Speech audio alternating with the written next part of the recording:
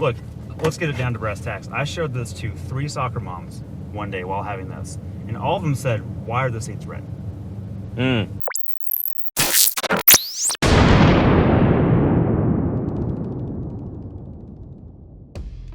Takumi, Japanese for artisan, well crafted. That's what this is, but on steroids, because it's the XSE edition. We're going to get into that here in a minute, but exterior wise, really what XSE means is you get 20-inch rims that look sporty, and you get this big catfish grille, and it's big. It looks a little different. Not so sure where I'm at on it, but I guess it's sportier, sure. This is based on the TNGA K platform. Now that gets you the Camry, the Avalon, the Highlander, the Sienna. And the Sienna's, well, that's what Toyota decided to do with the Highlander when they redesigned it in 2020. They wanted it to be like a minivan, but look like an SUV, and Toyota nailed it. Let's move on to the interior with Brian and see what he has to say about Takumi on the interior. Hang on, I got a text from Craig here real quick. The presence of Takumi is evident whenever the driver experiences the Highlander's premium touch and feel. Throughout the vehicle development, these highly trained master craftsmen focused on the finest technical details to ensure a higher level of operating smoothness in all driving conditions, especially at slow, everyday speeds. Look, we're talking interior right here. I'm not sure what Takumi really means here, but it's comfortable. And Craig hit it early on. The goal with Toyota's engineering was to make what is actually a minivan that doesn't look like it, and they've done a very, very good job at that. The shelf system that showed up in the Gen 3 Highlander is still here, and I really like that. There's room and cubbies everywhere. Now, some of the things I don't care for so much. The tech. It feels old. I'm just gonna put it out there. This tech could have come out in 2013, and I would have said, wow, this is sharp for 2013, but I would believe it came from there. The JBL stereo is totally fine, no problem there. Nothing to wow you, but it does have good highs and lows, and it works pretty well. Luckily, it has a functional Apple CarPlay system. You plug it in and it just works flawlessly. And that is the theme running through this car. It works flawlessly. The wireless charger is in a weird place. It doesn't make sense. It feels like an afterthought, but it is there and does work. You've got plenty of charging ports. And the second row has plenty of room for our kids. I've had this thing on a long road trip with 2 little kids, and they were very comfortable and very happy with the captain's chairs. And there's plenty of room when the third row is folded flat for anything. Last but not least, this car has the red interior, which is already sold out completely for 2022, which is really cool. I'm not sure that I would get the red interior, but I so appreciate Toyota doing it and offering something that is fun and not bland in this family segment. Kudos to them on that. Now, let's take this thing to the shop and see how this thing runs so well. TNGA K, all new architecture. Takumi design, inside and interior.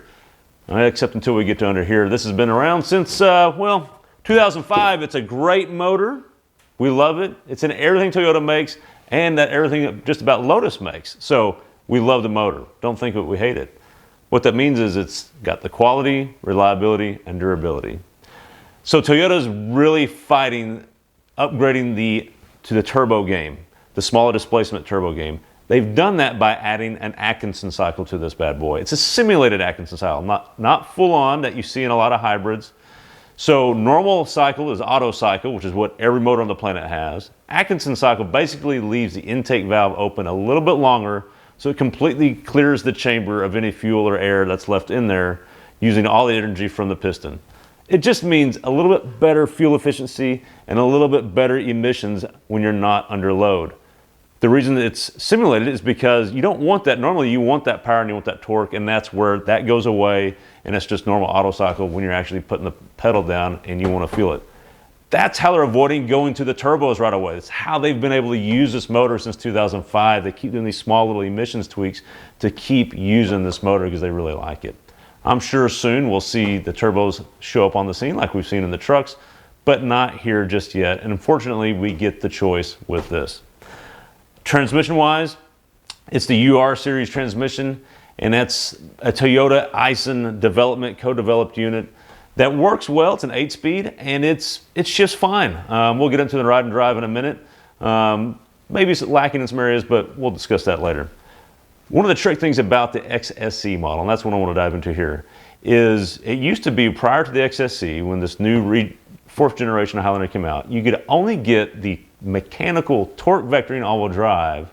That's right, mechanical torque vectoring in the Limited and Platinum. Now you can also get it in the XSE. What that means is the all-wheel drive actually for a front-wheel drive vehicle works pretty good. So that's what's going on under the hood. Let's see what's going on under the suspension.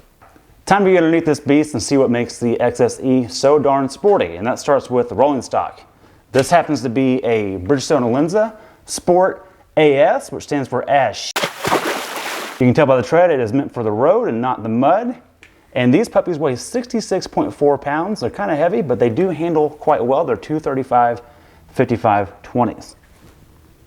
Now, back to suspension, the important part here. Up front you have a McPherson strut with a lower L-arm, all pretty conventional, all pretty normal stuff. Out back there's a lot more going on. You have a multi-link rear, there's actually 5 links, and one of them is a swing arm, trailing arm design, kind of a hybrid design on the front. You have a divorce shock and strut, and this, because it's a sport, has a rear sway bar, which is awesome. The XSE also gives you a stiffer front sway bar and retuned dampers on all 4 corners, as well as a retuned steering rack system. What I can tell you is on the road, it handles way better than you think it will, but it's not like a BMW M Fighter of sorts. In this segment, it makes a lot of sense, and I love the way it rides and handles. Now, with that in mind, let's go drive it and see how good it is. All right, Brian, enough Atkinson auto cycle talk. What does it do in the real world? I'm gonna put this thing in normal mode. Okay. Traction control off. Torque vector, baby, let's hit it. Oh.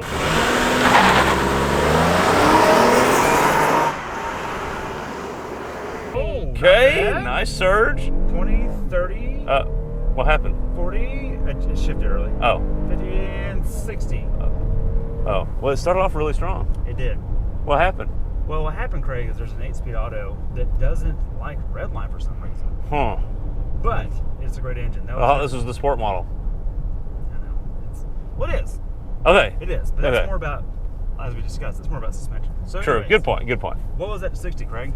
That was about 7.5. We did it a bunch of times, and that's about the best we got. Right, and we got mid to high 15s in the quarter at about 90 miles an hour. Yeah. So, that's using our race box. So it's not slow. No, it's not slow. I mean, back in the day, that would have been pretty quick. That would have been very fast. For a 3-row, we got to keep in mind what this is. For a minivan replacement, that's not slow. Absolutely. So really, Craig, the thing to talk about here is, and you've already hit on the V6, but I do want to commend that. Mm-hmm. This is an option where if you're in the Sienna, you're stuck with a 4-banger hybrid only. That's a really good point, and I'm glad you mentioned that because that is something that is real, and they've left you without a choice in the Sienna. There's no option. Whereas here you do have the option. You can still get a hybrid here.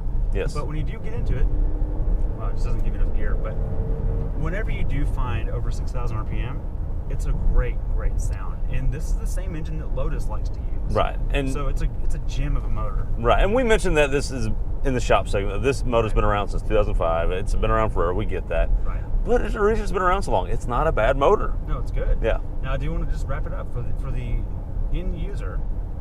You're going to get a driving experience that doesn't want you in the red line. Right. Which is my greatest frustration. You use sport mode, eco, normal, whatever. You can even try and hold the gear. And I found that when you hold it in first, it shifts at 5,800, not 62. Right. And it red lines at almost 7.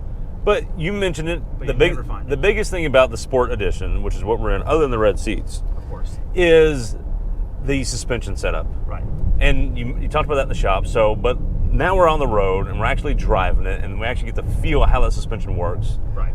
For its intended purpose, how's that working? It's great. And the biggest thing to me is that this just feels like the shock tuning is dampened really well. It's really dialed in. And I've actually hustled this on the back road a few times in the week we've had it. And I found myself shocked at how good it does handle. Yeah. Turn-in's good. Tire adhesion is good. With the 20-inch wheels, there's not a lot of sidewall, so there's not as much roll. Mm-hmm. And it doesn't feel wallowy.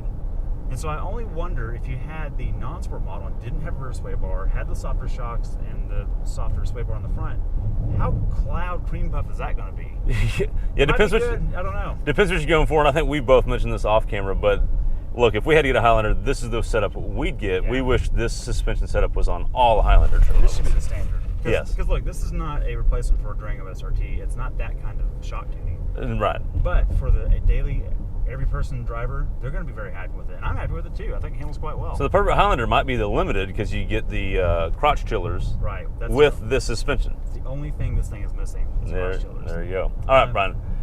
But that leaves us something we've got to talk about, and that is the Hipster Score. Absolutely, yes. Because this is not a hybrid, and it's got red seats, but I'm not sure if that helps or hurts.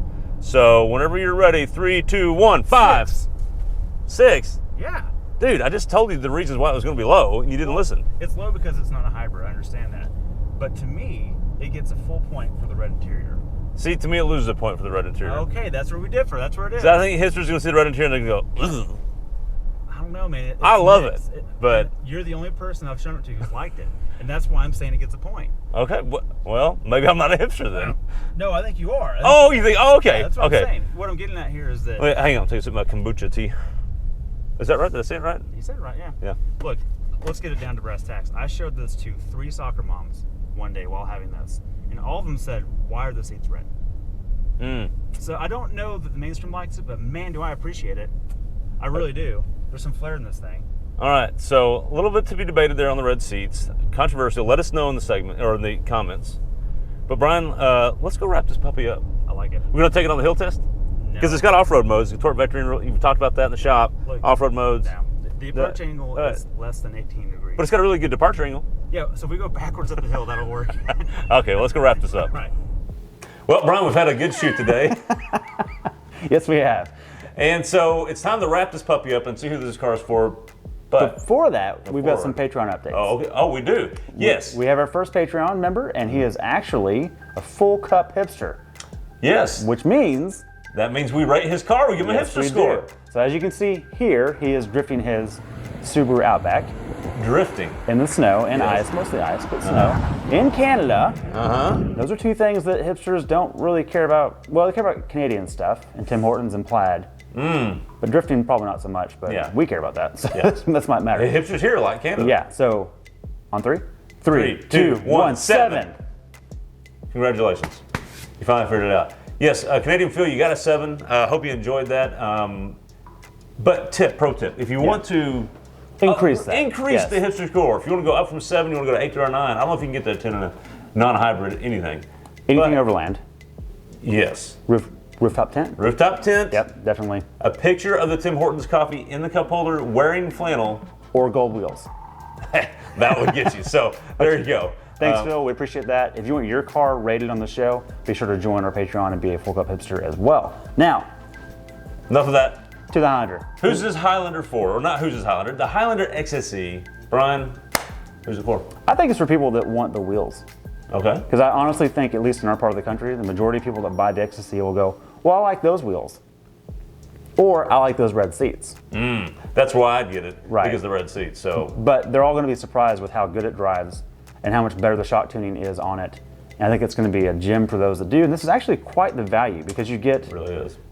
Heated seats and you get a lot of the things in there that you wouldn't get in the base model, and leather and all these things that you wouldn't get in the XSE trim. Look, this is the value version of the Limited or Platinum is what it is. Yeah, that's what it is, yeah. With better suspension. So this is kind of I think the sweet spot of the Highlander trim. Agreed. Potentially. Yeah.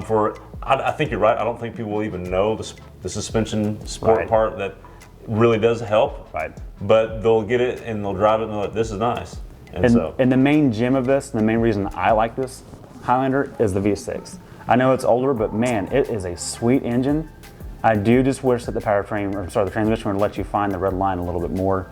But look, let's be honest, it's a family hauler. I understand that. Maybe you're the dad that got this because of the red seats and you want a little sport. Maybe there's a tune out there somewhere for it. TRD, put the Lotus blower on this thing. We're talking. Hey, then you can Miller cycle it with the supercharger. Yes.